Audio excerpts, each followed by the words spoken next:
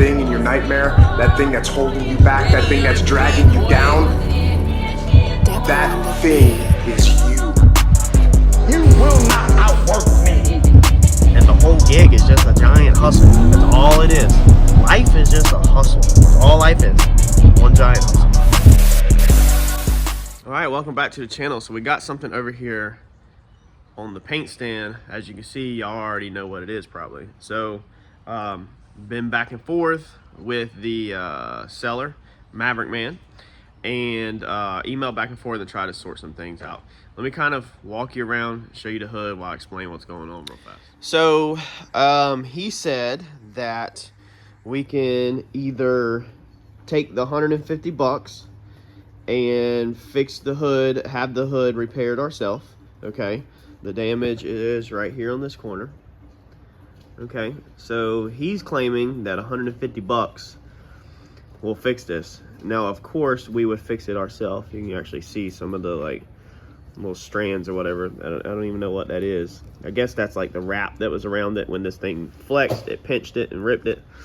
But he's claiming that $150 should fix that. So it's either take the $150, fix that corner, or it's take the full refund, I think, which is $13,580, and cut this hood into 4 pieces. They won't just leave it like this and give you the refund. They want to destroy it.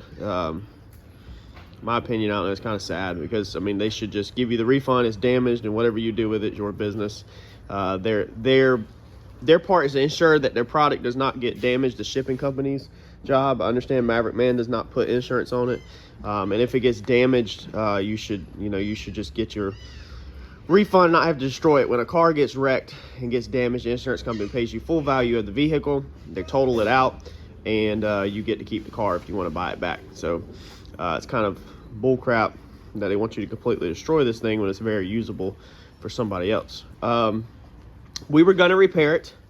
I started looking into it yesterday afternoon, the proper ways to repair this and what was needed to repair this corner, and I'm pretty confident that I can repair it.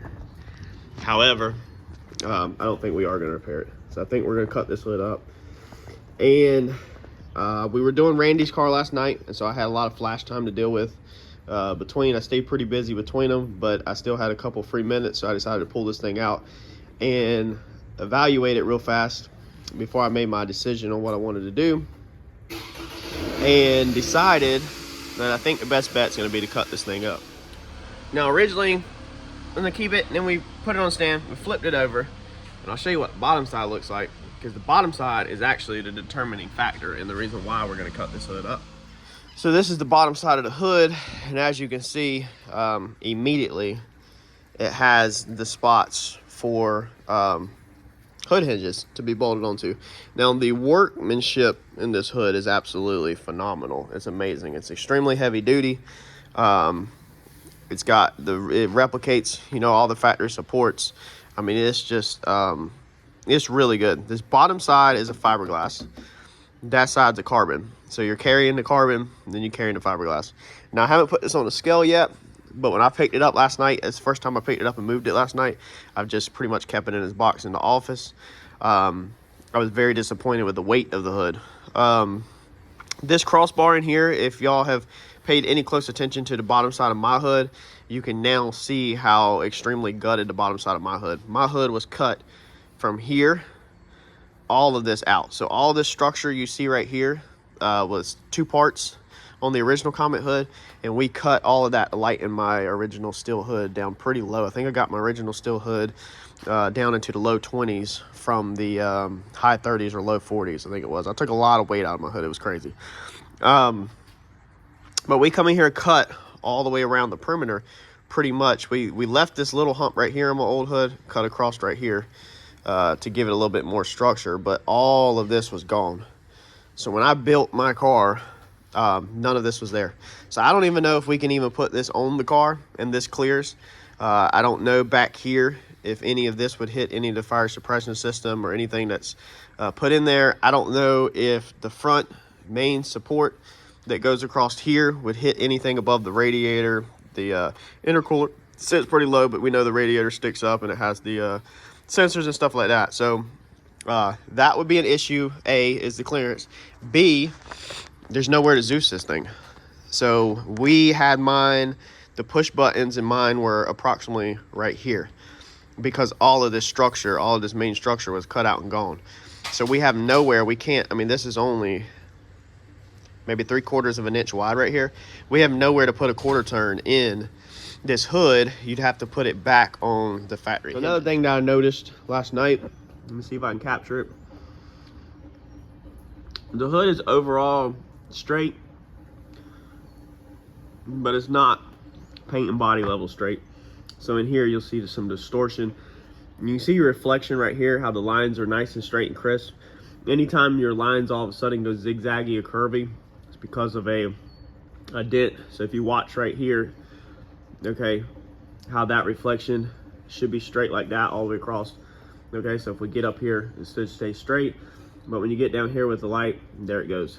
So there's a giant dimple in right there, and then there is, I can't find it, there's another flaw in the side in here that's not straight. There's another low right in here. Okay, I don't know if the camera will be able to grab it. Right there, where the light kind of flicks at you, right there, that's where the gel coat reflection changes. You can see how the line moves. That's a low. So, and we can't straighten this. I mean, I guess you could put gel coat or something over it, block it, and straighten it.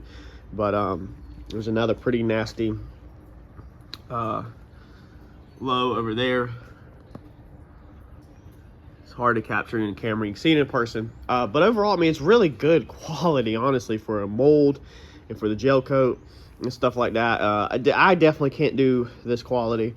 I don't do fiberglass and all that stuff, but it's just not, it just don't match the level of everything else. We try to take pride in getting everything straight, and to put this thing on would be beautiful, but that was another check on my checklist last night when I started seeing them imperfections. There's another one right here I just seen. Let's see if we can get the light to bend right there, so you can see how that reflection in the light's bending. If we walk back, you see how it stays straight, but as soon as you get that dent right there, you'll see the light of it bend, and that's because there's another low spot right there. We're gonna get on the phone this morning. I was already quoted, we'd be getting back 13.58, I think it's the total, somewhere around high 13s. I was already quoted about $700 to get a fiberglass hood, a pin on. So to basically pay $1,400 and to have double the weight as something that's 50% less fiberglass, $700, and weighs 50% less, it's kind of pointless. Like, you're literally paying double the money to weigh double the weight. So I haven't weighed this one, but I'm gonna guess this thing is somewhere in the 15 to 25 range. Kind of fat. I'm pretty sure the fiberglass ones, pin on, I think they weigh about 7 pounds, 8 pounds, somewhere in there, from what I've read. I remember reading a while back, checking the weight on them. I'd try to confirm all that stuff, of course, but just a little disappointed, like I said, the weight of it, because it has a lot of structure to it. So it's a nice looking piece, and it's, you know, be good for like a show car or something. But with us trying to be smart about when we spend our money, we try to spend it on as lightweight as possible. There's kind of, when you're racing and you're gonna eventually be trying to go fast, there's kind of no point in spending money on heavier items if you can buy a lighter option normally. So I guess let's get a hood ordered first, and then once we got that secure, I guess let's cut up a hood. All right, so I sent Maverick Man another email and confirmed that all we need to do is cut this hood into 4 pieces in order to get my full refund back. Now, I ordered a hood at lunchtime today. We went ahead and ordered a fiberglass hood, just a regular pin-on hood that doesn't have all this extra support in the bottom of it, and that's that. So we're gonna get this thing cut up exactly like you told me to do. I'm not fixing that And like I said, I'm not really happy with the weight of it. And it actually goes, it's hard to see, but it actually goes pretty deep. I don't know if y'all can tell some of the distortion right there. It looks like an air bubble on the corner right there.